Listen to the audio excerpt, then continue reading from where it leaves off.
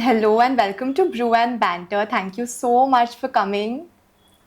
I am so happy to be here, and we were friends back in school Yeah. like 10 years ago, and this is such a cool setting to be meeting up in Yeah. again, like after so long. After so long, we're actually meeting after so many years. But Yeah. on today's podcast, we have Mihika Deshpande, who is a student from BITS Pilani, and she also is a startup founder. She also has her own startup, which is primarily in mental health tech. So when I started thinking about who I can call and who I can probably have, you were one of the first few names that came to my mind because you've given JEE and you've gotten into BITS Pilani, which is known as one of the topmost engineering colleges in our country, and you've also gone on to having your own startup and building it. And I feel like that can be such a good story because so many students are JEE aspirants, want to know about it, and this podcast can be like one space they can come to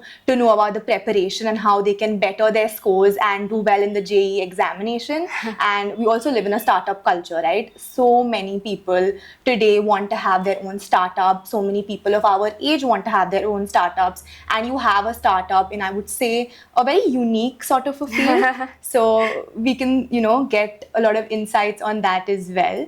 And for all the guests that I've had till now, I like to always start by going to the very beginning. Okay, so let's go to the very beginning, wherein you decided that engineering is the career for you. Why did you decide that, and when and how old were you when you chose that? So, I mean, first off, I'm so glad that you said that I was one of the first few people that you thought of, and I'm just very happy that that's the case.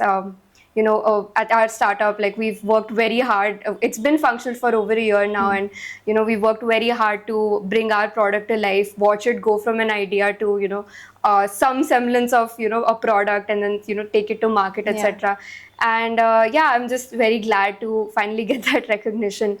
About the question, I started studying for engineering, or even considered it to be a career option actually after my 10th grade exam. So, Okay. like most students, I was confused before 10th about even the stream that I wanted to take, like humanities, commerce, or Okay. science, because I felt like I had some form of inclination towards both humanities as well as science. So, commerce maybe was not an option for me, but I really liked studying languages. So, in my school, we used to have third languages, right? Yeah, French, right. Marathi, Sanskrit. Correct. For a lot of people. In my case, it was Spanish because Okay. I really enjoyed learning the language, and I studied music as well. I took formal music education, and I feel like I had an inclination towards like somewhat both the extremes, like the creative side and the analytical side.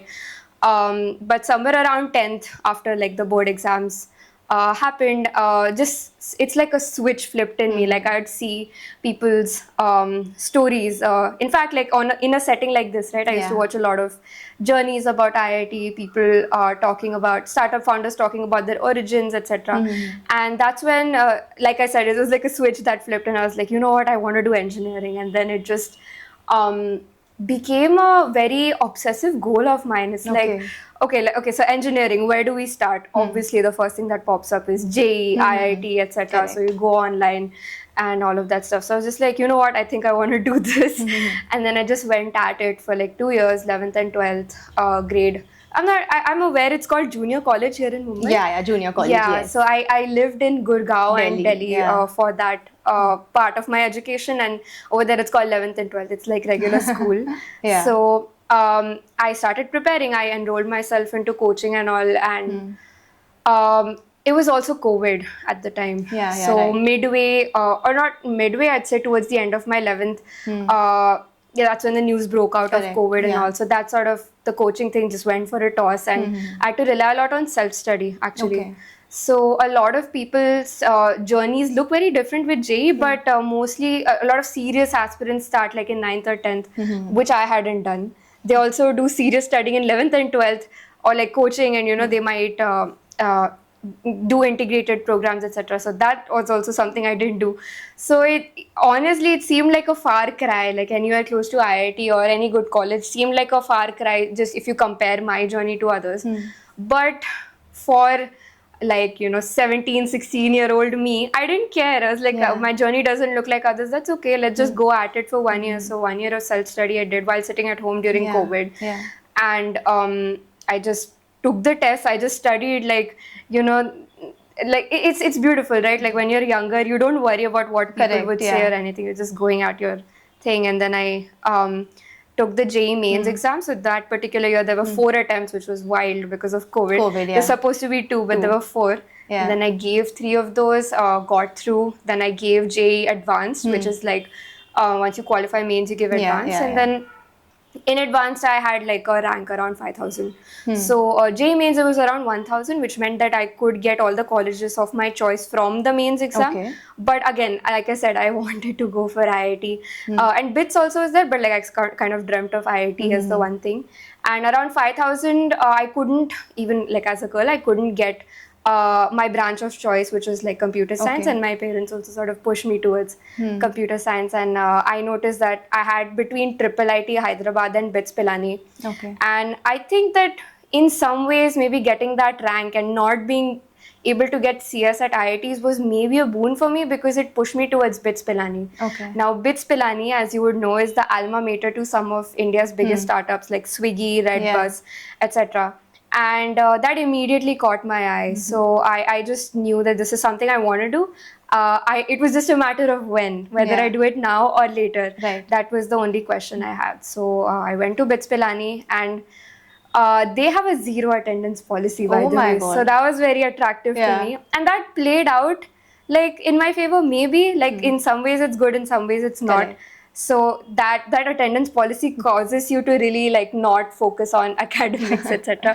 But you can do other things, But you can no? do other Yeah. things, right? Like people always ask me, how did you manage like startup and the academics? But BITS Pilani is a college that actually lets you just focus on one thing. Yeah, So that's yeah, how yeah. I manage my thing. But I'm sure there's more to talk about it later. Of course. So yeah, I think that was a long, comprehensive answer to your You question. can just, you're here to share your journey, and you can Yeah, speak yeah. as much as you wish to. But you said something that your journey when it came to JEE was not similar to other people's journeys. You said that most people start when they are in the 9th grade, 10th grade, and you started a little later, right? 1-2 years later. Yeah. Now, this is something that I feel on a personal level I face.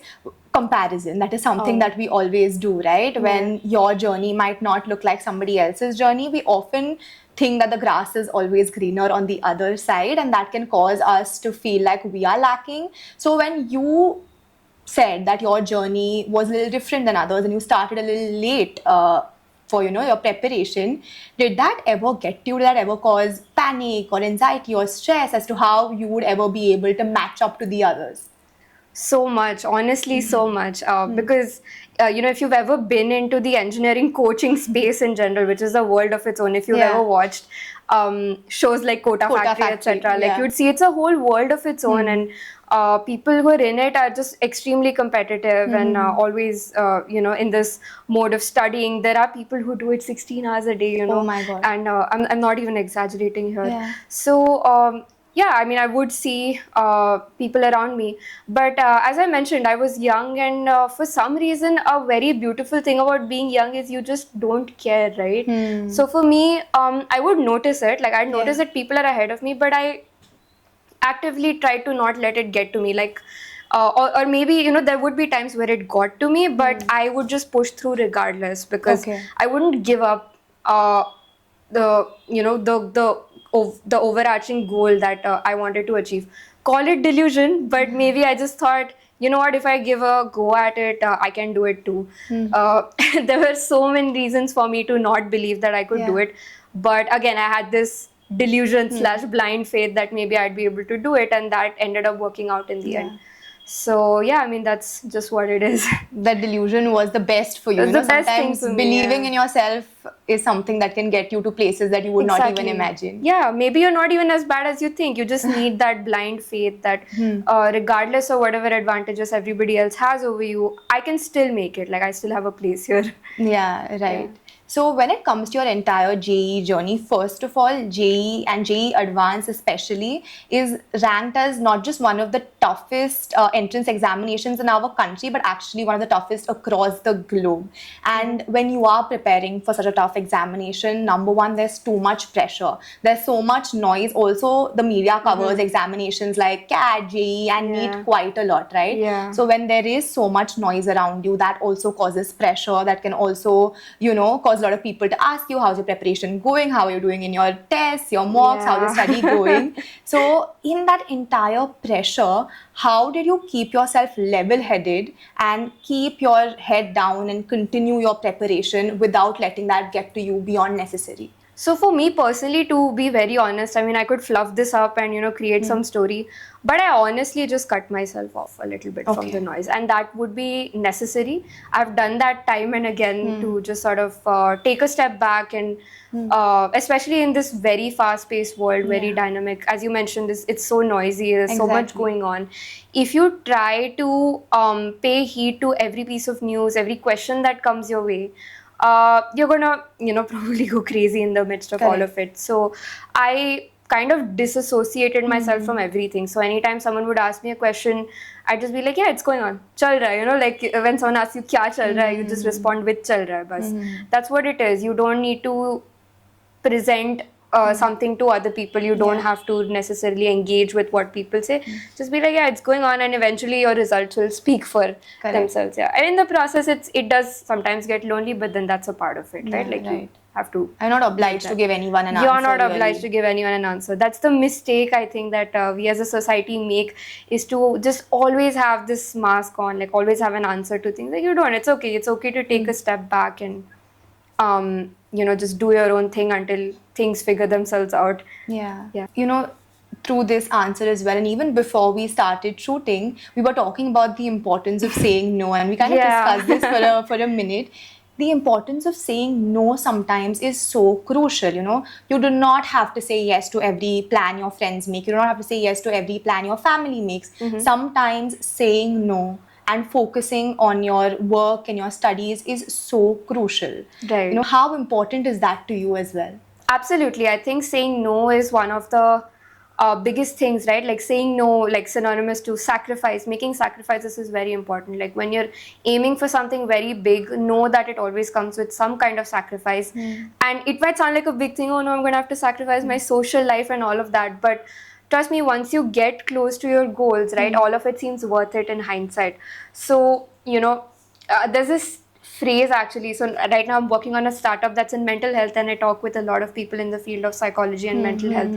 And a huge, big phrase that all of them use is give up short-term gratification for long-term gratification. Like that one statement has changed my life. And in hindsight, I've realized this is something I've been doing for a large part of my life without knowing what it's called. Even as a kid, I sort of gave up that short-term gratification for long-term happiness, right?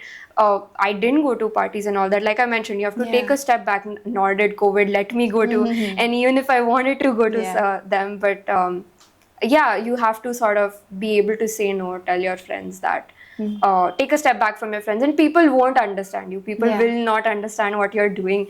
I'm not sure if you relate to this as someone who's a content creator, but as a startup founder myself who's tried to venture into content creation, people do not understand what you're doing, what your journey is, why you're doing what you're doing. But, again, like this is in the hope that maybe 2-3 years later, looking back, everything will make sense. So the same thing that happened for my JEE phase is something I expect to happen for this phase as well. And a lot of people judge you, as you said, when it comes to content creation also. I have been judged a lot back in college, even sometimes at work, It's very easy for people to say things to you when they don't know your journey and when they don't know the hard work behind it. So true. It's very easy to pass a comment, but they don't realize that can maybe, sometimes hit you in certain places where you already feel a little insecure. And, that can sometimes get to you, and that can be a lot. But I feel like eventually with time, you learn to just prioritize yourself and really, really cut that noise, no? Yeah, and that's huge. That's like an extension to the thing that, saying no, prioritizing yourself, all of that, maintaining your peace, all of that comes with time. And, if you're truly, dedicated to your goals, all of these things come naturally, I'd say. Right. Take us through your entire preparation schedule. So when you were preparing for JEE, you were in the 11th and the 12th grade. How did your entire schedule look like so that, future aspirants of JEE can sort of maybe learn a little bit on how they can plan their day in a way that they can better their scores eventually? Well, again, like I'm just going to be very honest, not gonna ham it up for the camera. I did not have a 16-hour schedule. I did not go to coaching for the most part because I didn't pay attention rather to my coaching for the most part because of COVID and whatnot. I personally did not think that a lot of the syllabus or the schedule or everything that was imposed on the coaching really fit my case. So I spent a long time finding out what my strengths are and what my study style is. And in the midst of doing that, there were times where I didn't score on tests. Like I didn't necessarily score well on tests, or people didn't know what was happening to me. But once I did figure my schedule and study style, that's when the results started showing. And it may take time because I started late from in my case. That's why people say you should start early so that you can figure that stuff out earlier. But in my case, once I started, it took me most of 11th grade to figure that out. And then through 12th, I just, sort of went, once I had it nailed down, I just went at it for one whole year. So one important point is, schedule should be heavily tailored to your personal strengths and your personal learning styles. In my case, that meant watching a lot of material on one concept. Okay. So in my case, the more examples I was exposed to, the more questions I was exposed to, the more creatively my brain could work. Because, and this is extremely important for aspirants like me who started late, you may not have the time to ingrain that thinking in you, that inbuilt sort of first principles thinking may not be the case, but you can recover that, or you can get to the level of others who have that first principle thinking by sheerly exposing yourself to vast amounts of content. Okay. This is kind of like the difference between hard work versus hard work can beat talent. So the people who started earlier may have better thinking ability, may be better at problem solving, but you can absolutely match up to them by putting in the hours and exposing yourself to vast amounts of content. And yeah, I mean, that helped me solve a really good number of questions eventually. So did you focus more on, say, like YouTube and online resources versus just what your coaching class would provide? YouTube and online resources. YouTube and Unacademy was beautiful, and if I can add, maybe I can share with you some specific creators that I followed. We can add it in the description. We can add it in the description, and they were just amazing. I connected with these teachers a lot, and I found some very niche YouTubers at that point, niche J YouTubers. Who had some of the best content. Like you'd see, you'd go online on YouTube and you type J and you find all these millions of views, videos with millions of views. But the true gems were the ones with like 1,000 views or like 500 views. And I somehow would spend so much of my time finding these creators, reaching out to them, learning from them. And that really made all the difference for me. Can you name a few of such creators? So there's something for physics called Indian School of Physics. Okay. Physics was my favorite subject and also something I was much better at compared to maths and chemistry. I mean, to illustrate the difference, I scored my score in physics was the combination of my score in chemistry and maths. That's how much I liked physics. So Indian School of Physics was one, and for chemistry, Mohammad Kashif Alam, MKA sir, again. But I mean, they've both grown much bigger. I recently checked out their YouTube channels. Since my time in JEE, they've grown significantly, so they may be more mainstream now. But at my time, they were extremely niche, and I absolutely loved just blowing up the chat with like questions and all of that, and you could just personally connect with these creators. I loved that. And did you like solve many practice questions and mocks again and again to get a hang of these questions? Did that play a huge part?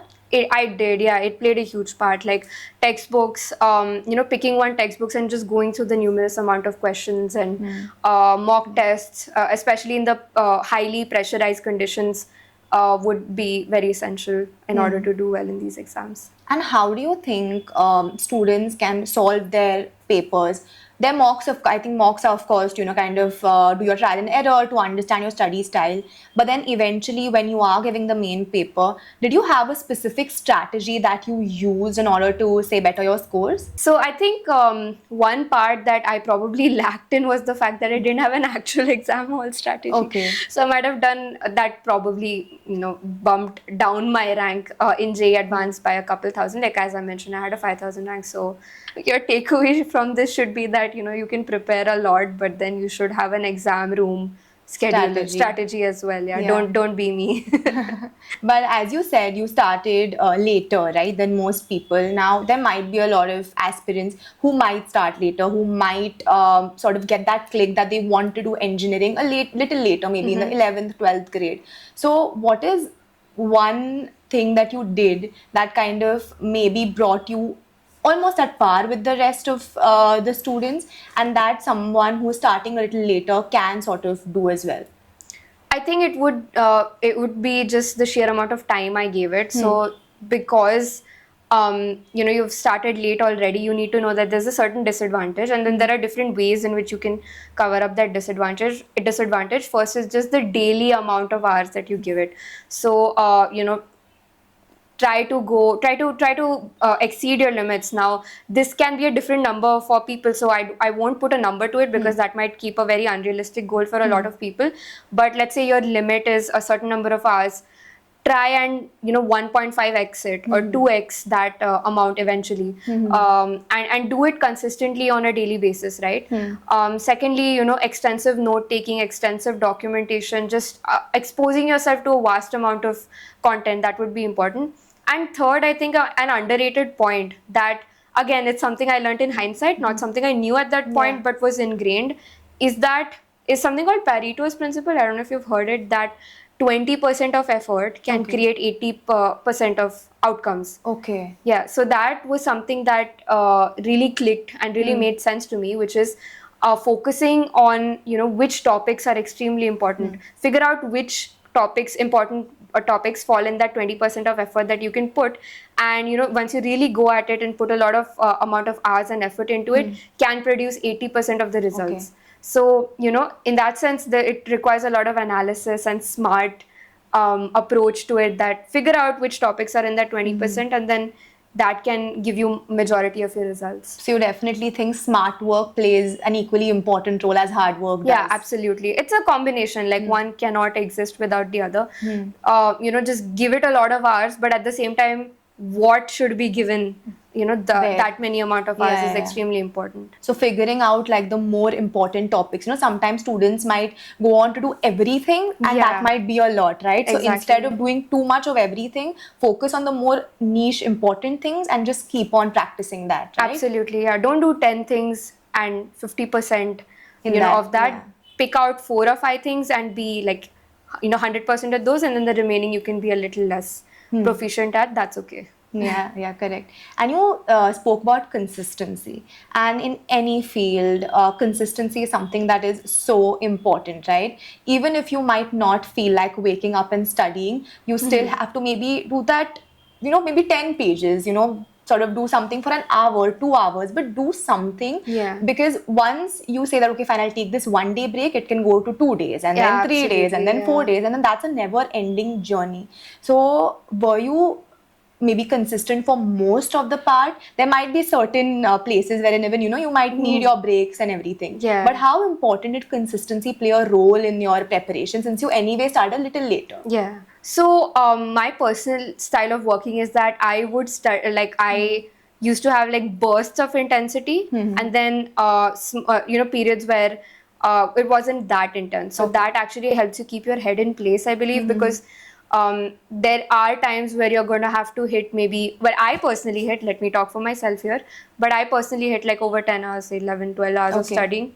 But do those intense bursts a few days, maybe like a couple of days before an exam or a couple of days before a mock test, a particular mock test that you really care about. So maybe have one goal milestone in your mind, and have intense bursts centered around these goals. And in between these bursts, keep like a certain lesser, like you can give it a little less time, but a certain base amount of hours that you're giving it anyways. As you mentioned, that even if you feel like not waking up, just forcing yourself to do it and just maybe read 10 pages instead Yeah. of 20, Correct. but do the 10, right? So that's important. That's extremely important. Just have bursts where you're doing it very intensely and very focused, but ensure that it's followed up by bursts where you're not, going to the very extreme. Yeah. So, even breaks might be as crucial, right? Otherwise, if you're not maybe taking breaks or taking that time or a couple of hours to maybe just give yourself that time and not study, you can clearly burn out. Yeah. So, did you have specific things that you did during your breaks that helped you rewind?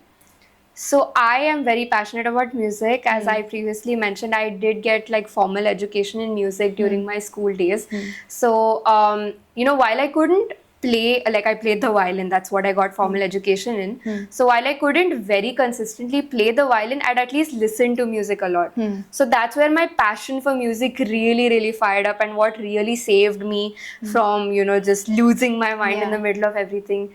While preparing for JEE. So I'd listen to my favorite artists. I started discovering new music. I opened my mind up to all these different genres, different languages, even like the most, niche language music and niche genres. And I'd listen to these. And, at points where, I was feeling extremely stressed out or extremely anxious, these interests of mine, I feel, really saved me. So having interests of your own, maybe it could be sports, it could be music, it could be reading, whatever it is, just having one very specific passion or interest really can help you out in these times. I strongly believe in this because I feel like having hobbies and passion beyond just your work or your studies can play such an important part in your life, right? For me, it is content creation, it is creating content. And while for most people, it might just seem like videos or reels that I'm putting out, for me, it is so much more than that, because when I'm going to work and, I'm working for 9-10 hours a day, and then you come back,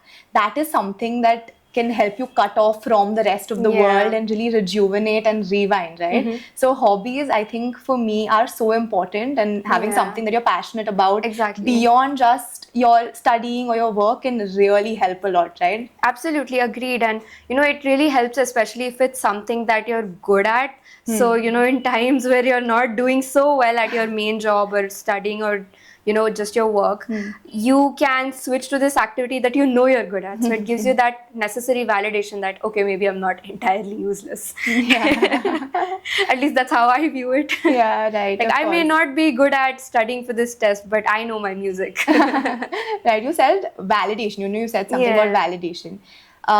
There can be times wherein I feel like we seek validation from other people, and when other people pass a comment about us, that may not be very, very nice. Sometimes we can let that get to us beyond necessary, the people pleaser attitude, and what somebody else says can let us guide how we believe or how we think about ourselves, which is very, very wrong, because you should know who you are. So the criticism, the comments from other people, did that ever get to you? Did anyone ever pass a comment or maybe judge you for your choices? And did that get to your mind and maybe make you look down upon yourself? So I'd say I have evolved over time in my response to this. So funnily enough, as a kid, like in that JEE phase before college, I actually, as I said, like I didn't care enough. Like I didn't know and I didn't care. Like I simply didn't know. Like if anybody's out there saying something, I didn't know that was happening. And so it didn't really matter to me. Like it's like out of sight, out of mind. I don't even know it exists. So I'd keep doing my thing. After coming to college, I believe that changes, because in college, I stayed on campus in a hostel with everybody else around you. It's an extremely competitive college. So people will do whatever to bring others down or whatever. And there's a lot of judgment being passed and harsh criticism and everything. So when I came to college, that was my first time realizing that, oh, bad things can be said about you behind your back. Like that was my first exposure to things like these, because before that I was so naive as a kid. Like I didn't know totally relate to this. I mean you can't I didn't even know like that's a thing, because I personally didn't care enough to do it for somebody else. So it felt very alien to me that somebody might do it to me, and somebody who's actually being a friend to my face might go and do this behind my back. Like that was such a foreign concept to me. and it messed with my brain for a long time. My second year at college was really bad. Like, I struggled with a lot of things. I struggled with coming to terms with this reality that my friends may not actually be my good friends. You know, people I trusted may not be trustworthy. So I had my little crisis. I had a lot of struggles there as well, like everybody else. I won't say this is unique to me. I see this happening to everybody in college. Yeah.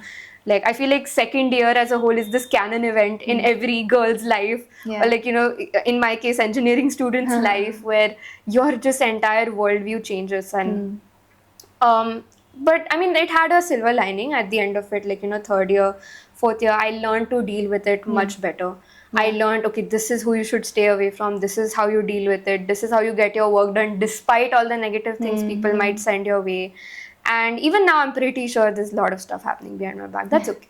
But I'm just so much more adept at dealing with it than I was back in second year. And that's really, I believe, the silver lining that came out of it. And I think that also somewhat formed the basis of why I'm so passionate about mental health and my startup, because I have seen firsthand what impact things like these can have on your mental health. Competition, studying, people, blah, whatever. I've seen it firsthand, and I've experienced it. People closest to me have experienced it, and that's why I believe it's such a big issue that needs to be tackled, and that's what I'm trying to do through Meerahi. I can relate so much to this, and I'm pretty sure so many people of our age, or maybe any age, can relate to this. When you get into college, you have this like fresh view about the world. You don't believe that anyone can maybe be super nice to you in front of you and then be the exact opposite behind your back. And just adapting to that I think kind of that process can really mess up with you mentally. And I feel like for me, those years of college, there were times when I was like, oh my God, I have so many friends, and that's so good. And then you're like, oh damn, these are not your friends. And just adapting to that, it takes so much from you. It does. It is absolutely. exhausting mentally, and then that can also maybe impact certain other things that you do. But then I feel like that eventually teaches you to so much, grow up, right? Yeah. Once you graduate, you know that the people who you're graduating with you may have fewer friends, but now you know that they're your friends for life. Yeah, right. Like right now, I may have my 4 or 5 people that I know I absolutely trust my life with. Same. And the people that I may have in my second year have trusted. Like, I just know who I know who your true ones are, and who are not your true and ones. who are not the true ones. And you know what? I mean, I have also developed a new way of looking at it. Somebody may have been a certain way to you, maybe not very nice to you. They have their own reasons. That's their own life, and that's their own perspective. You're always going to be the villain in someone's story and the hero of someone else's. Correct. So don't take it personally, honestly, right? Like, even when I talk on this podcast, I keep talking about like people not being nice to you, but I don't think it's something you should always take very personally. Like, it's okay. Like, people have their own issues. Just learn to detach from it. That's what it is. We don't know how they are thinking about us, We don't know how right? they're thinking. Maybe they found something offensive. Maybe they don't see things the same way you do. It's okay, but you just learn to detach. So just like let go of it eventually and focus on your core group of people, family, friends. Absolutely. As long as your 4 people, like people you can call my people, as long as my people are happy, I actually do not care outside of that circle. That is so true. As we spoke about, my people, how important did those people, be it your parents, your family and friends, and their support play a role in this entire journey during the entire preparation and also during your college days when things got tough? Did having that kind of support always fall back on make you feel a little easy?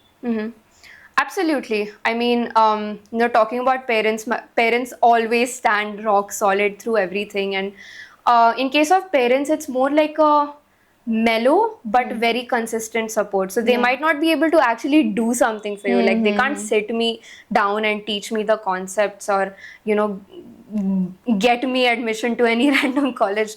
I still have to do the work, but it's like this very subtle support, which is like, let's say you are up at 7 a.m. for some reason studying for a test. You notice your mom is also up and she's sitting there and she made you chai. So she won't explicitly say that, this is what I'll do for you. But that cup of chai is there waiting for you. they'll travel for 3 hours to drop you off at your exam center. Yeah. They'll send you to college 200 kilometers away from your house. In my case, my college is in Rajasthan, but I'm from Mumbai. So you know, they'll put their best to make your life a good one. So their support, I feel, was a little more mellow, subtle, but extremely important, like one of the most important Yeah. pieces of support I could get. And second, I talk about my closest friends, you know, who are there, and they, I think, had a more like daily, day-to-day basis view into my world and what was happening. And in case of like my closest friends, I would tell them every little thing. So it should mean like they'd witness the constant fluctuations where I'm extremely happy one day, but then something happens, I'm extremely sad the other day. They've handled me when I'm crying, they've handled me when I'm extremely happy, and you know, to the extent where they feel for, you know, the same way I do when I experience these things, and likewise, you know, me for them. So yeah, we've seen each other at our best and worst, and we still, you know, love each other despite that. And that's the whole, you know, like there's this trending audio, that's the whole point. That's the whole point, right? Like that's what I've come to realize. That's really the whole point. That's so important, right? And also through this entire journey, there are your highs, your lows. There might be times wherein you do not have a very productive study day. You're maybe not getting a concept, you know, you're not scoring well on your tests. So when that does happen, how did you better your scores, and what techniques did you use in order to sort of get your scores up there and a little better than before? So I do this thing called an iterative practice. Like, you know, as you get out of college and learn these technical terms, you'll realize that building any skill is an iterative process, which means that you won't get something at the very first go, but you will spot problems from the, you know, time that you tried it. You'll take feedback and then work on that, and then go at it the second time. So in my life personally, I feel everything has been an iterative process. So I went at my first mock test and got some really ridiculous score. Then I went to my second mock test, having taken feedback, learned the mistakes from the previous one, getting feedback from my professor, and then go for the second one, and you know, still maybe fail at some other things. Eventually, you give 10 mock tests. There's only limited things you can be bad at, right? So at some point you'll have covered all your mistakes, and you just become better in the process. You just become better in the process. You have to just keep going again and again. Similar to this one application process we were talking about before the podcast, I'd applied to the same program last year, didn't get in, I applied this year, I did, because I covered for the things that weren't there. So my personal philosophy is just everything is an iterative process. If you don't get it on your first go at it again. Keep going at it. Let's talk about Mackenzie's program that you've gotten into now that you've mentioned it, because I'm pretty sure that people that would like to apply to this can maybe understand what the program is about, how they can probably apply for the process, prepare for it and get into it, and what does it have to offer. So I don't get, this is not a sponsorship, I don't get paid for this, but this is, but this is just, I keep talking about it everywhere and people are like, are you some ambassador, are you some campus ambassador? I'm not, but I just really respect the program a lot. So it's effectively this program for Next Gen Women Leaders. It's called Next Gen Women Leaders, McKinsey NGWL, stands for Next Gen Women Leaders, and they have this program annually. It's been happening for over, I think, 10 years or so, I'm not sure, 6 to 10 years. But they choose this cohort of women across Asia Pacific countries, and there are like thousands of applications to that, but they pick a very carefully curated cohort of women, mainly across tech, business and consulting and entrepreneurship. Entrepreneurs are, I think, slightly smaller part of the cohort, but that's also there. And you know, it's basically the point is to get them together in one place, network with each other, network with McKinsey leaders, have all these sessions, workshops, etc., multiple, you know, spread out throughout the year. And eventually, like, it has opportunities for PPIs, which is pre-placement interviews. You get a chance to apply to McKinsey via this program. So, you know, once you're done, they ask you to fill like forms where you can say that you're interested in a role, they get back to you, and then they interview you for that role. Understood. So that's what it is. And yeah, it's kicked off last week, and I had a great time at the 2 events that they've had so far. and there's supposed to be many more coming up, and yeah, I'm looking forward to it. So it's primarily online or offline as well? So there are events that are arranged by McKinsey itself are online, because there are people from various countries put together. So there's Korea, right? There's Korea, there's Singapore, there's Japan, there's India, a lot of places.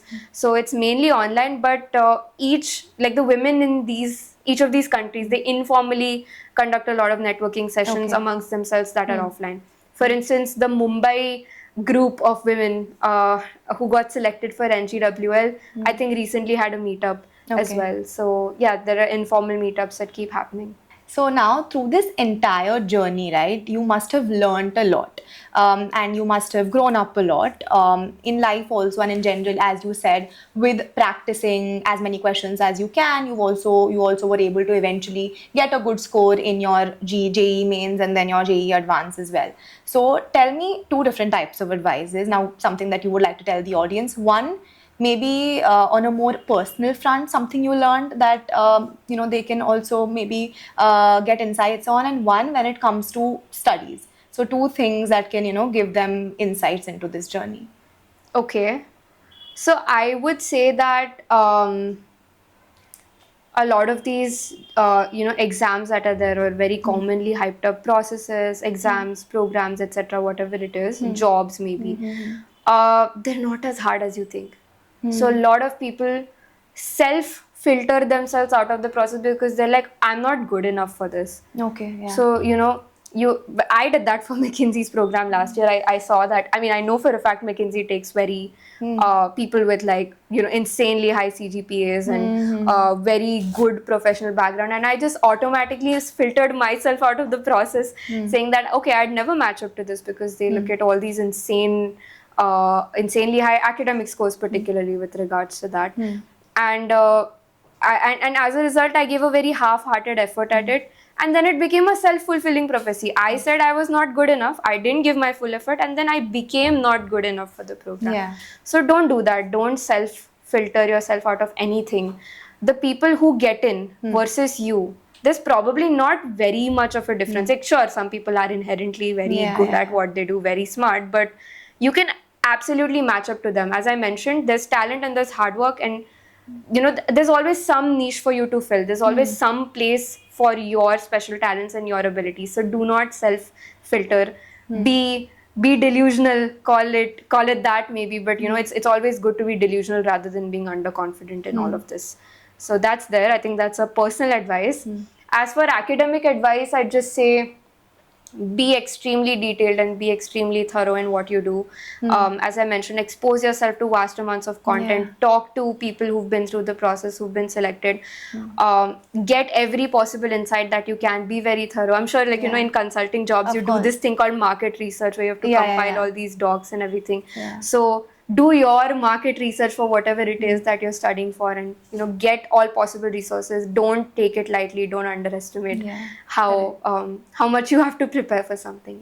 As you also said, I was talking to someone from work the other day, a colleague of mine, and he was telling me that for the course that he is studying for, he is doing something called self-study. He's not going and classes. Not taking up classes. And I asked him, I was like, but it's such a tough course, he's doing CA, it's such a tough course. Why are you not enrolling yourself in classes? Because I've not really heard too many people doing self-study for CA, right? And he's like, a lot of these classes, that was his perspective, of course, will only teach you what is required to get good scores in your examinations, while he really wanted to understand each and every concept in depth, because that would eventually help in his career, right? So sometimes I feel like knowing things in depth, maybe even if you know 10 things and knowing them in depth might be a lot better than knowing 100 things but superficially. Yeah, exactly. Absolutely, 100% agree. You should have this one thing that defines you, this person will know everything in this regard. So I try to do that for product, in my case, it's just, I want to be the go-to person for product. I'm very passionate about product. If you ever see any of my public profiles, I'm just going off about how much I love doing it. But for everybody, you should have a couple of subjects that you're absolutely very knowledgeable about, and whether it's studying, whether it's your work, just a few niches that you really have expertise in. Yeah. I feel it's important. You're Yeah. really passionate about product development, right? Yeah. So how did that passion and that interest start? Like, was it something you saw, videos, or in person? Did you see something or experience something that made you sort of, get intrigued in this entire product development space? So you know how I mentioned back in 10th I was somewhat of a humanities and a science kid. So I felt like I had this creative side to me and also analytical side to me.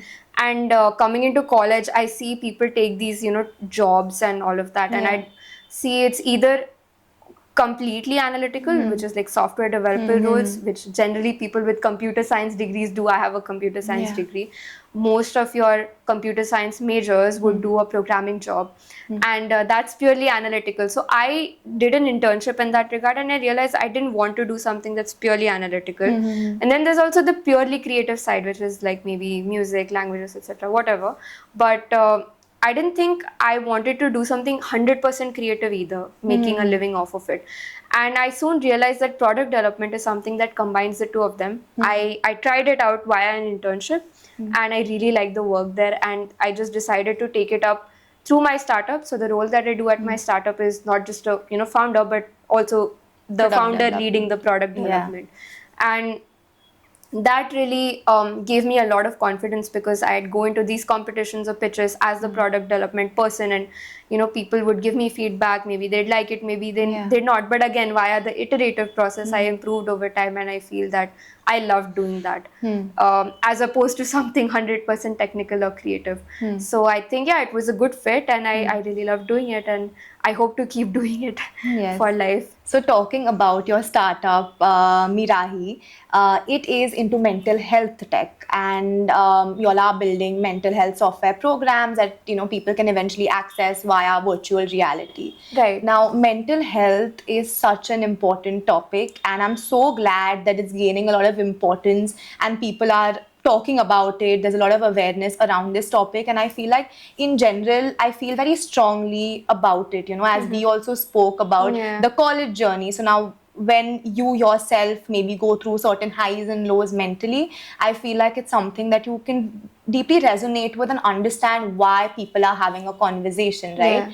And the fact that you've chosen to start a startup in this particular field, which is mental health tech. You are combining mental health and awareness about it along with what you've studied and product development. How did the entire journey towards this start, and what made you feel like this is the industry that you would potentially want to enter? Right. So, as I said, most of it was started off as a lived experience where I personally, experienced my highs and lows during college. I saw people around me go through their own highs and lows, and I realized that this is a problem that's big enough, and there's just simply not enough that's being done to tackle it. So, therapy as an option exists, but it's either not affordable by everybody, and those who can afford it, the process has its own gaps. Therapy as a process. I speak to a lot of therapists and counseling psychologists, by the way, and even in their own words, there are a lot of gaps to the way that things are done. Yeah. Simultaneously, I also realized that people are starting to talk about their troubles a lot more with tools like ChatGPT. So I'm not sure if you've ever done that, but I definitely do that on the regular. Yeah. It's just if I have an anxious thought, or if I have worries about something, if I'm stressing out about something, overthinking, I just type it out into ChatGPT and ask it, Yeah. can you decode my thoughts for me? I'm not able to understand, or I'm stressed, I'm sad, whatever.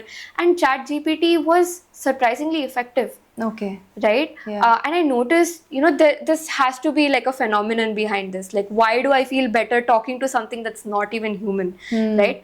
And that's when I realized the power of tech, that, and what impact tech can bring, because I soon realized that this was not just an experience of mine, but a lot of people were turning to tools like ChatGPT for their, mental health. And we thought that this is a power that we could harness, not just, talk to something that's a chatbot, but make it interactive, make it gamified, give it some progress tracking features, have a way to sort of quantify it. Obviously, it's a debated, for those of you who are psychology majors, I think you will realize this is a debated field, whether you should quantify therapy or not. but hey, we're exploring it, right? We can, we can see if there's any benefits to having done that or not. And when you gamify anything, the impact of it increases by several folds, right? So we want to make this something, the process of seeking therapy, something that's fun. Okay. And something that is actually effective, because clearly ChatGPT at the base level is working pretty well for people. So why not make it more interactive? Why not gamify it? The effects can only be amplified, right? That's the hypothesis, and that's what we're working on right now, and hopefully we take this to market soon. So your personal journey and maybe seeing the journey around you when it comes to mental health, that definitely was maybe a starting point for you towards this. Yeah, absolutely, 100%. Like that's what helped me observe the gap that exists in the market, and also the necessity to even build something like this. Like it's not I wouldn't say it's a essential product, essential startup, in the sense that at least 1 year ago, like you'd probably look at essential startups like Zepto, like delivery, etc. So it's not something that can become like a huge consumer thing, but we're slowly moving towards a reality where that might be the case. Mental health problems plague everybody, every single person. Of course. And the services for it still kind of lack. So I think there's definitely a huge gap that we're filling in that regard. Now take us a little bit through how this product of yours, when it comes to virtual reality, how will that help people with stress and anxiety? How does that process really work? So, in our product, without revealing too much about whatever's going on, virtual reality, if, people, your listeners have tried it out, you'd know that they're like 3D surround sound and 3D videos, and you can actually experience worlds around you to the point where, you can also simulate the sensation of touching something through something called haptic controllers. A lot of these VR headsets come with controllers that can vibrate according to it. So if you've ever played VR games, you would know exactly what I'm talking about. But in VR, you can simulate very realistic scenarios around you. And, VR therapy, how this concept would extend to VR therapy is to just create these environments around you that you're able to interact with, that you're able to converse with in the same way that you text-based conversations you have with ChatGPT, now you can have it with an avatar within these VR world environments. So it's not just the ability of ChatGPT to respond to you, but respond to you in a way that involves these audio-visual embellishments to it, and that makes it much more effective. It makes the user much more emotionally attached to the content, and it makes it more fun for you. So you're more likely to regularly try it out, and it can help you clarify your thoughts on a regular basis. That's also kind of the concept of journaling, right? You regularly put your thoughts out, regularly decode your thoughts. So that's something it can help with as well. So when I was researching a little bit, I saw this particular company called C2C Care, which is not an Indian-based company, but they also provide certain virtual reality-based services, right? But we do not have a lot of this in the Indian market. What was the primary gap that you saw in the Indian market that made you want to build a startup around this?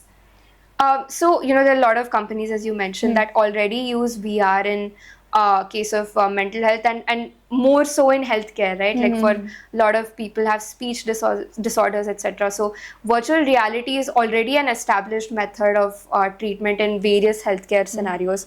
So in India, it was simply just the sheer lack of accessibility. Like we looked at the numbers, and per 1 lakh people, there are like less than 10 practitioners. If you look at the ratio, that is, for every 1 lakh people, there are less than 10 trained psychology and mental health professionals who are actually able to assist you through the process, right? And that number is very staggering, because we keep hearing situations where people end up taking extreme measures because of mental health issues or employee well-being issues at certain companies, and it's just an ever-growing problem. Like the amount of news I see coming on this topic is just massive, and that's the gap that I notice, is that there's something that's very prevalent in the Indian market, but the gap between the solution and the problem keeps expanding. And even those going to therapy, having obviously tested out therapy myself, because we are Yeah. creating a product in that space, we obviously have to see what the process of therapy is. And even those who do take therapy, it may not be the most immersive or regular process because of, multiple issues. Yeah. That it's expensive, or there's no way to maintain regularity with these sessions. It's so heavily patient dependent. So yeah, these are the two, main issues that we spotted. It's either people are not seeking help, Yeah. or those who are seeking help are not finding adequate ways to make it regular or effective for them. So these are two pain points that we're trying to address. And you're also working with top psychologists across the Yeah, country for absolutely. this. We are. Yeah. So how did you reach out to all of these psychologists, and how does working with them really look like? So we started off with our college incubator. Our incubator sort of has these connects. Has these connects across various organizations. We started off with the campus mental health cell. Then we tried reaching out to independent practitioners whose contacts we got from various sources. Just cold outreach. That's a part of a lot of people that you reach out to. And then we decided to onboard a lot of these psychologists as advisors. Okay. Yeah. So these are the you're psychologists. you're almost like on a day-to-day basis working Absolutely. with them. They're almost like part of the team at this point. Yes. Yeah.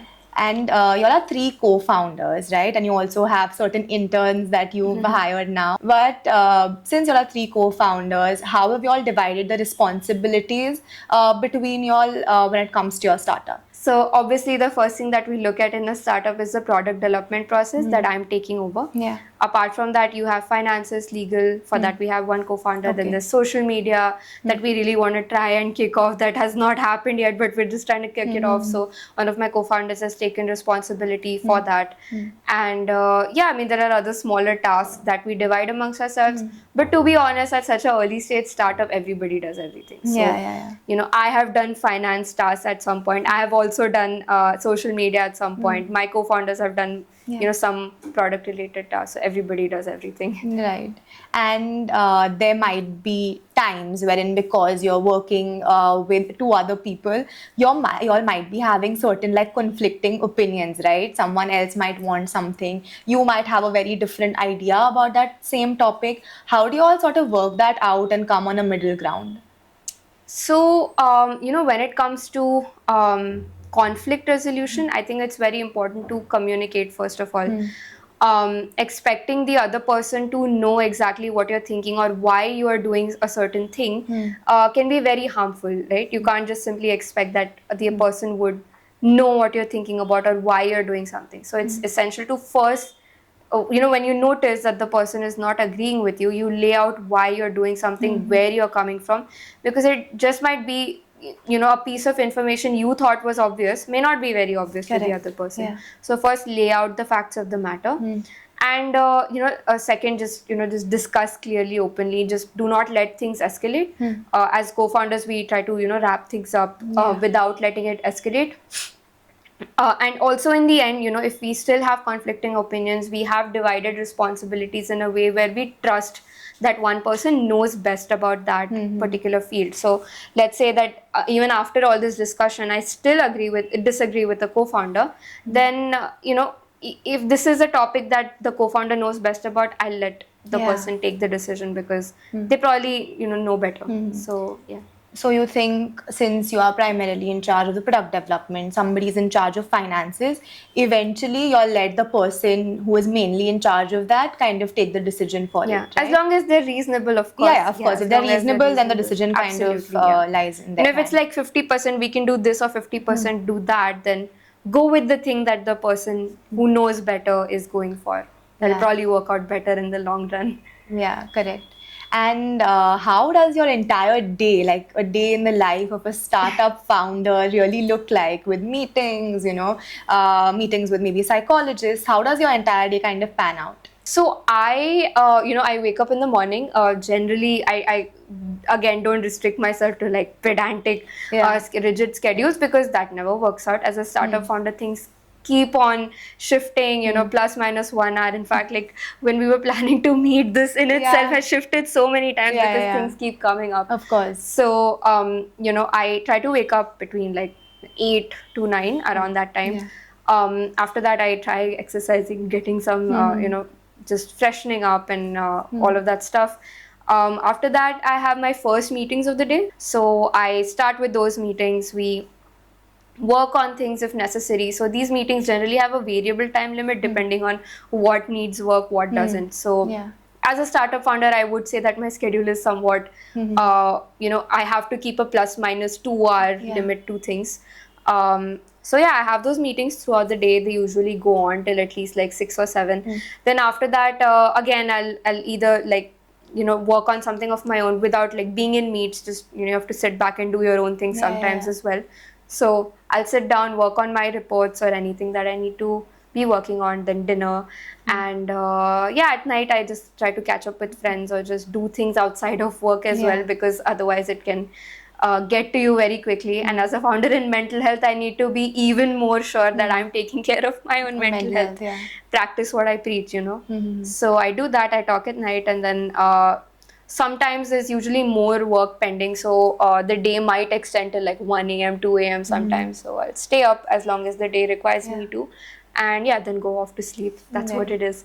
And on weekends, it looks a little different. I try to again catch up with the people that I haven't been able to in a long time, or meet up with my psychologist advisors who closely guide the product development process and who are also conducting R&D, helping us conduct our R&D, publish papers, etc., clinical trials, etc., all of that stuff. So we do that over the weekend. Along with being a co-founder, you're of course also a leader, right? You have interns that work under you and are interning at your startup. How do you lead them? How do you make sure that the job gets done right? There might be times where maybe they're not working according to how you would want them to work. How do you deal with all of that, and how does being a leader at such a young age really look like?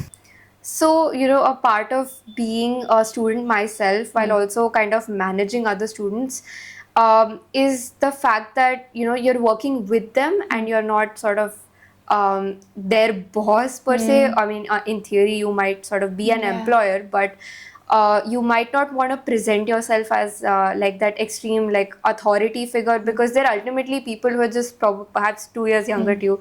In my case, like they're all within a 2 year age plus minus 2 year age range of mine. So, and you must treat them as such. Instead of trying to put your foot down and be like, I want this and I want this now. Instead, you have to collaborate with them and talk about what can you do, what part of the project can they do, and by when do we have to set a deadline, and then be firm on the deadline though. And if somebody does not pull through on something that they've promised, then you should be firm.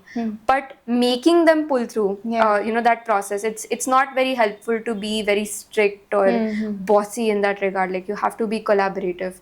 So yeah, that's how I mostly approach it. If there are times when something that needs to be done is not done, I again try and understand what's going on, because sometimes people have genuine reasons, and even if they don't have a reason to behave that way, they might just be burnt out. There might be some underlying issue, and as a mental health startup, again, like we have to practice what we preach and first try to be understanding of why it is that they're behaving that way, and revise deadlines as per that. And that's why whenever I'm working on any project, I try to keep a margin between when the deadline is and when we're actually finishing, so that we can account for delays like this. So I think the key is to really just being collaborative, especially if there's not much difference between you and your interns that you're managing. You're definitely a good boss then. I hope so. When it comes to time management, right, it can be so crucial. I feel learning time management, discipline even, is so crucial in any field, especially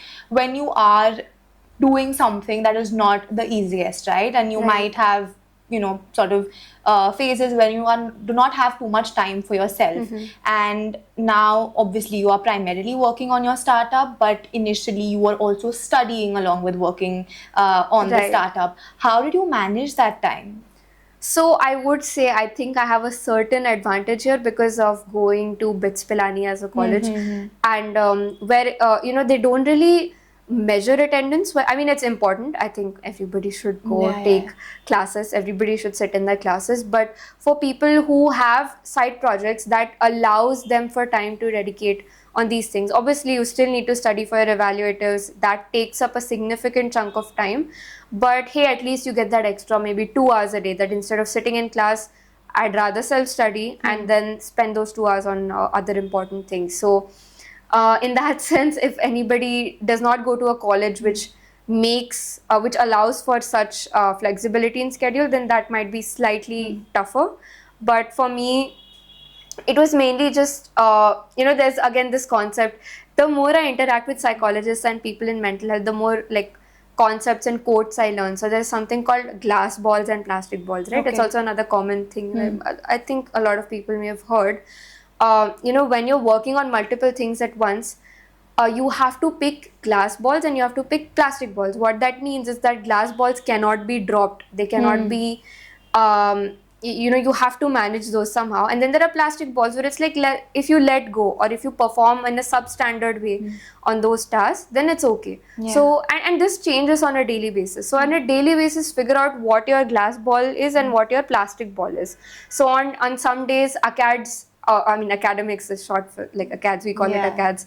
That might be a glass ball, like one day before your exam, you can't be focusing on something else. So academics is your glass ball, everything else is a plastic ball. But for the rest of the year, like let's say it's like 1 week before a pitch, then I won't focus on ACADS at all. So that becomes my plastic ball. So again, like I had this constant switching between the two things throughout my year. Is that the best way to go about it? I don't know. But is that the way I went about it? Yes.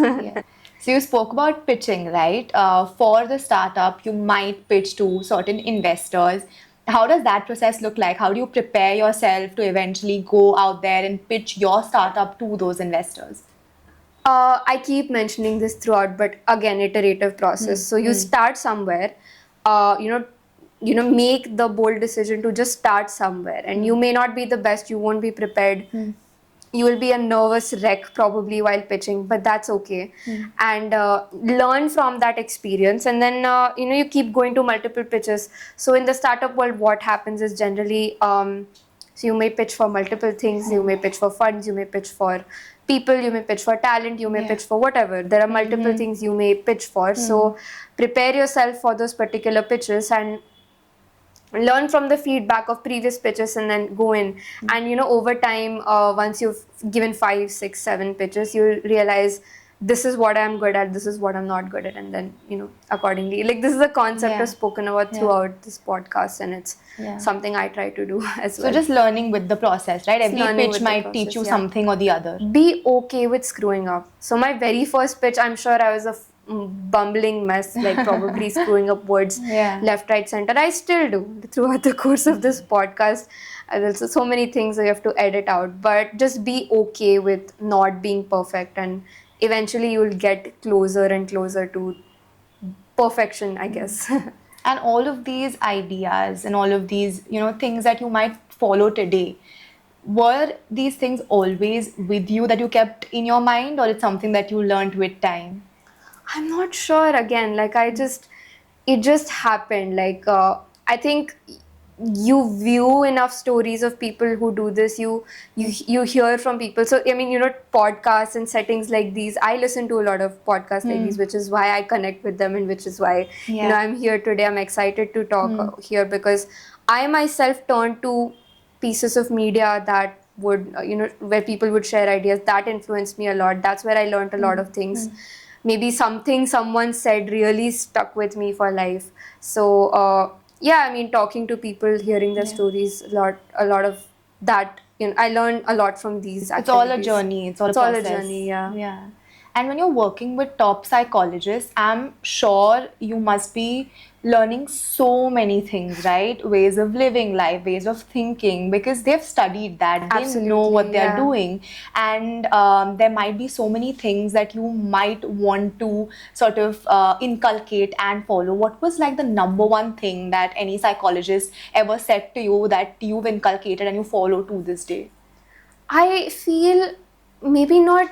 I mean, there are multiple quotes they say that stick with me, but number one thing I notice about every psychologist I've ever spoken to is their work ethic. How good they are at what they do, and how particular they are. So I was working with an advisor of ours, and I had to reach out to her for some help on something, and I asked her to put together a doc with all her recommendations, and she went above and beyond to put together all kinds of information that we might need. We're working on a research paper publication, and she put together so many of the references that would have been extremely helpful to us. So we owe a lot of our success with certain things, maybe a task completion, stuff like that, to they were able to be executed because of the work ethic of the people that are involved, which includes these psychologists, etc. So that work ethic was extremely inspiring to me. And every now and then we talk about just the work in general, and so many concepts in cognitive behavioral therapy, which is primarily the school of thought within psychology that we work with, and so many quotes that really resonate with me. Since you are, starting a startup that primarily caters to mental health based services, it is very important to first and foremost, take care of your own mental health, because we might, at our age, especially at any age, of course, but at our age also, with times of growing social media, we're hearing so much, and a lot of that can be good for you, but a lot of that cannot be very, very good for you. Right. There's so much competition, comparison in the times that we are growing in, and that might get to you, and not just that, many other factors might get to you. So how do you take care of yourself when it comes to your mental health in certain situations? So obviously, social, in this day and age of social media, I feel like we know too much about each other, right? Yeah. People's lives are out on display. A lot of people, want to ham it up for the cameras, something. I find myself guilty of doing the same. Nobody's free from it. But the best way to approach this is to first of all just realize that the same behavior or same approach that you have to social media is something that everybody has, which is to only share your happy moments. Like nobody's ever sharing those moments where they're sad, where they're vulnerable. That's not there. They're only sharing happy moments, and you might see like one of those posts or stories or whatever. You might see it like once a week, twice a week, multiple times, but that's really just the highlights. You're not looking at the counter side of it, which is that these people also have their own sad moments. So you keep thinking that, okay, these people are so happy, but I'm not, because you're comparing their best highlight reel to your reality. You're not comparing their reality to your reality. So it's a very unfair comparison that most people end up making. So number one thing that people can do to realize, to snap out of this cycle, is just to realize that acknowledge the fact that this is not the full extent of the reality. I've literally seen people who are actually struggling with their mental health, struggling with their life, but portraying, when you look at their stories, they're portraying this, very good, happy, positive, glamorous lifestyle. So be aware that a lot of cases are like this, and nobody's wrong for it, obviously, but it is a thing that exists. So number one is acknowledging it. Second is just ensuring that you have an identity in the midst of this all. So I can maybe see somebody partying their head off, or I can see somebody working their head off, or whatever it is that I'm seeing them do, but realize that that's their life, and you have your own identity. Just because someone is doing something doesn't mean you also have to do that. Like, that is relevant to their lifestyle, hence they're probably doing it, right? That may not be something that's right for you. So that helps stop the comparison, which is again acknowledging the fact that you have a separate life, you come from a separate background than they do, and there's no point comparing. Just appreciate it for what it is. That is the visual arts and aesthetics. That's all I do. And social media is honestly the highlights, right, of people's life. No one is sharing sad moments. Exactly. Very few people are sharing maybe their vulnerable moments, of course. Your startup also participated in the Hult Prize competition, which is a global competition for social entrepreneurship, and y'all were also the finalists, right? That might have definitely brought a lot more limelight to your startup. A lot more people would have understood about what your startup is. How did that change the course of your startup? So the Hult Prize actually happened very close to the original inception of the idea itself. So in a way, not only did it bring a lot of limelight to the idea, but it was kind of the start of the limelight to the idea in itself. Like Hult really helped us kick off things from an idea to giving it a business model or thinking of it as a business idea in the very first place. So yeah, Hult Prize was great. I mean, it was an incredible experience as people from all across the world coming and pitching their ideas, and some of them are incredible. Some of them are so far ahead in their journey, like already making tons of revenue off of selling their products. Some of them are so well designed, amazingly well designed. They're across various fields, right from food and beverage, sustainability, health tech, and you know, some of them have actually like wearable products that they brought into the pitches, and that was incredible. We took our VR headsets as well to present, but you know, seeing all these different people, it was very interesting. And again, like I said, like it's very easy to self filter yourself out looking at all these teams and being like, okay, we can never match up to that. But we sort of didn't do that. We didn't self-filter ourselves. We just went in all fully confident, practiced our pitches, and we somehow made it to the finals. That was a moment of you know, when my heart almost leapt out of my chest, like when we were sitting in the auditorium and they were releasing the sort of 8 teams that had like, made it from India, and ours was one of them, and that was just extremely incredible. So for the global rounds, when we went ahead, they you know, went with another team that was you know, significantly further ahead in their journey. But just the fact that we got to the global round in itself was a huge thing, because there were 10,000 plus applications and we were one of 50 teams who made it to the global rounds.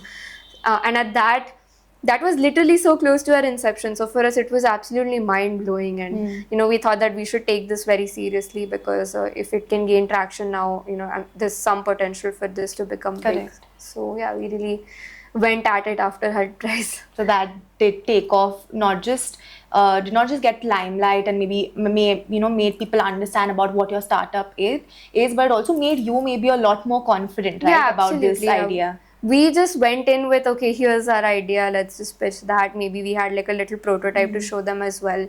But after that, it became a real, you know, feasible business thing. Like we had mentors from the Hult Prize organization who are still in touch with us, by the way, but these mentors tell us how this can become feasible, and that made it real basically for us.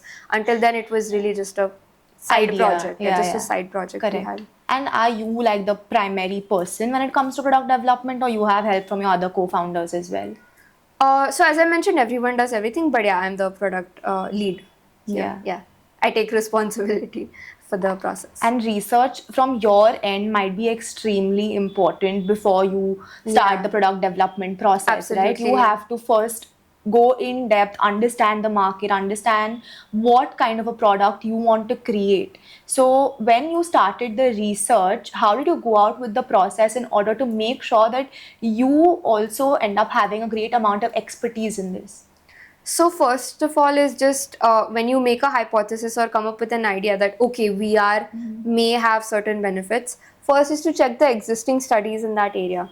So we went through all these existing research papers to see what was tested, what was the outcome, what did they notice was a pro or a con, and maybe try to figure out the gaps in their research. That can tell you a lot about, you know, what is feasible to target, what is not feasible to target, or as an idea in itself, or as a concept, research concept in itself, is it a sound concept to pursue?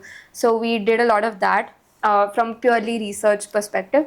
From a market perspective, we try to analyze and you know, give it a market valuation of how big is this problem. So we came up with, I mean, I'm not sure, you might have heard of TAM-SAM, like total addressable market.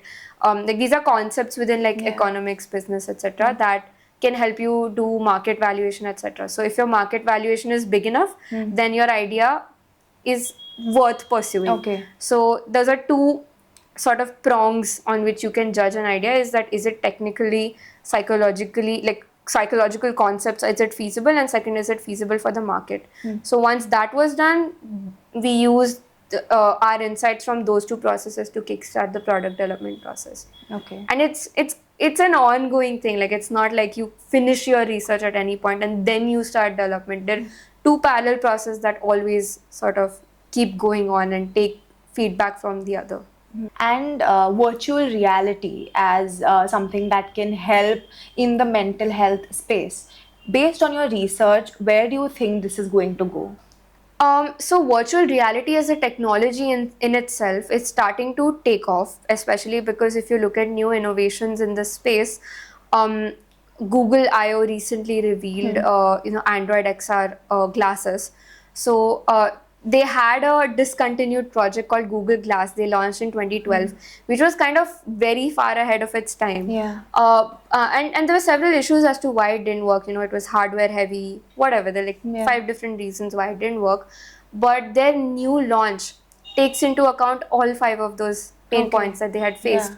So this, in my personal opinion, marks a huge step for them, because this new product really takes into account all the issues that were there into previous in the previous models. Yeah. And well, those are now AR glasses, but like we talk about the different kinds of HMDs that you can have, head mounted displays. You have VR headsets and all of that, and all of them are eventually becoming more affordable, more sleek, easier to develop for. So that I believe virtual reality as a technology is becoming more accessible to work with, to develop for as a on the developer side, and also on the consumer side. It's becoming, it's reaching a price point that's actually perhaps looking to be more affordable for the Indian market over the next few years.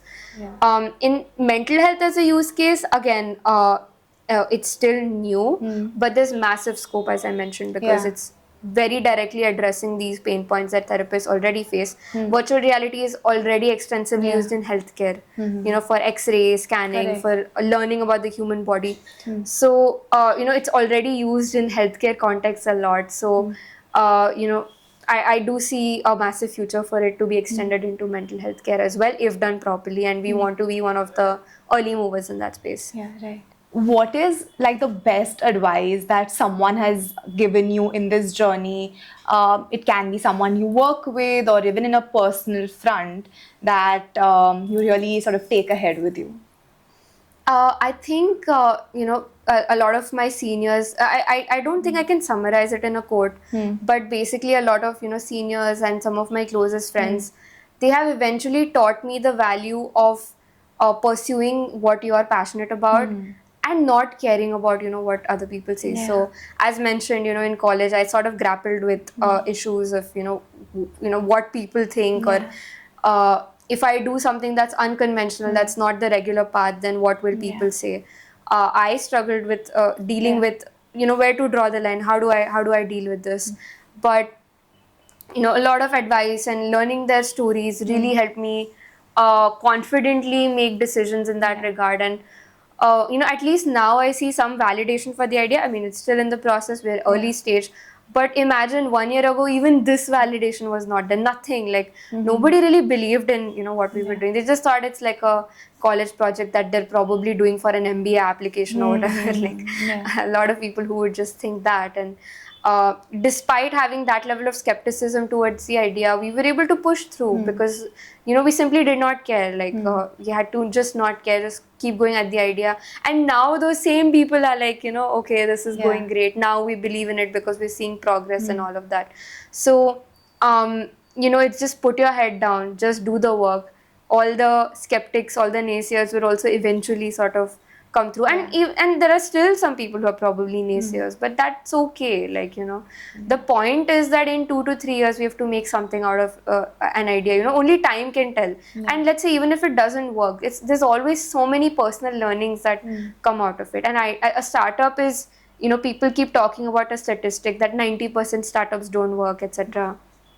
And I mean, while that's debatable, your definition of doesn't work, that can really vary. But even when startups, quote unquote, don't work, there's so much that you can take away from it, so much in terms of learning and experience, and that is what you should value, not what people say. So I think that was my very important takeaway, that guiding principle through this whole startup journey is that just take bold risks, do the work, and it'll speak for itself in the future. Yeah. And the same people that maybe once were not on your side will praise you eventually. And I mean I mean I'm not saying that we've made it and now everybody supports us, but yeah, eventually, hopefully that's the case. Yeah. And I feel like with what you've chosen, there's going to be something much, much bigger for you, of course. Looking forward. There's a very fun segment that I do, which is called Girl, Let's Be Real on my podcast. It's a bunch of like quick questions and quick answers. So I have 10 questions for you, like really small questions, and I want like quick fun answers from you, okay? Cool. Have you ever bunked lectures to chill with friends? Absolutely. And everyone should do that in college. Everyone should Yeah. do that. You haven't lived unless you've done that. Pulled all-nighters to study. Absolutely. Yeah. All the time. Are you an early morning person or a late night person? No, late night person. Yeah. Worst advice someone gave you? Do what your heart says, but in a negative context, like in a reckless context. Like if you're thinking of doing something reckless and impulsive, and then somebody just says go for it, that I would say would be a bad advice. What is one way you deal with stress? Music. Ever had toxic friendships in college? Well, I think we could have a whole yes. Yeah. What is your go-to show or movie? Brooklyn Nine-Nine. Yeah? Yeah, I think I've rewatched Brooklyn Nine-Nine like I'm not kidding, like over 10 times. Like I definitely hit the double digits. I love sitcoms as well. They're just like such a stress buster. Absolutely. Have you ever felt someone else's startup idea is better than yours? Absolutely, but maybe in a tone that maybe that's more relevant to today's context or for their particular niche. I tend to not compare startup topics a lot, but I do think that some people are doing it better in their particular field. Because you get inspired from them. Inspired from them, yeah. So since you have lived away from home for college, have you ever felt homesick? All the time. Yeah. There were times I've absolutely bawled, cried my eyes out because I missed home. But it must have taught you like a lot. So much, absolutely. What is one thing about Mumbai or Delhi, since you've lived in both of these cities, that you missed at college?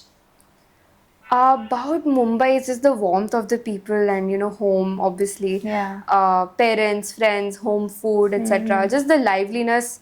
A very weird thing that happened is that my college town is this place called Pilani. So hence the name BITS Pilani, because the town is Pilani. And it's pretty much it's village, okay? And there's actually no buildings above the height of 2 stories over there. Okay. So at one point I started missing these concrete jungles and skyscrapers of Bombay. People keep criticizing that there's so many tall buildings, it's so full skyline, but I actually missed these skyscrapers and I was like, can I please see something above the height of 2 stories? There was that, homesick, and that's what I missed about Bombay a lot. About Delhi, I really miss the open roads, the free roads, gardens, and just huge spaces. We don't have that in Mumbai, unfortunately. Yeah, we don't. And last question. Again, I think you'll have the same answer, but still, best stress buster. Best stress buster. Chilling with friends and music. Of course. Music. I thought music, you would say music. Yeah. But yeah, chilling with friends and there are days where you feel so hopeless and just nothing is there, and you have one conversation, one meetup with a friend, and all of a sudden everything feels okay. Yeah. So we are at the end of our podcast. It was lovely talking to you. I feel like through this, hour and a half that we spoke, I learned so much about so many topics, about your journey, about the field that your startup is going to sort of cater to, the industry basically. And I hope you had a lovely time talking to me. I had such an amazing time. It was so effortless. It did not feel like an hour and a half. And, I've just been sort of talking, yapping away. And it takes, it's great that we could establish that level of comfort in this conversation. And, absolutely love the setup here at Brew and Banter. And best of luck for, your coming episodes. And best of luck to you on your startup. Thank you so much for coming. Thank you so much.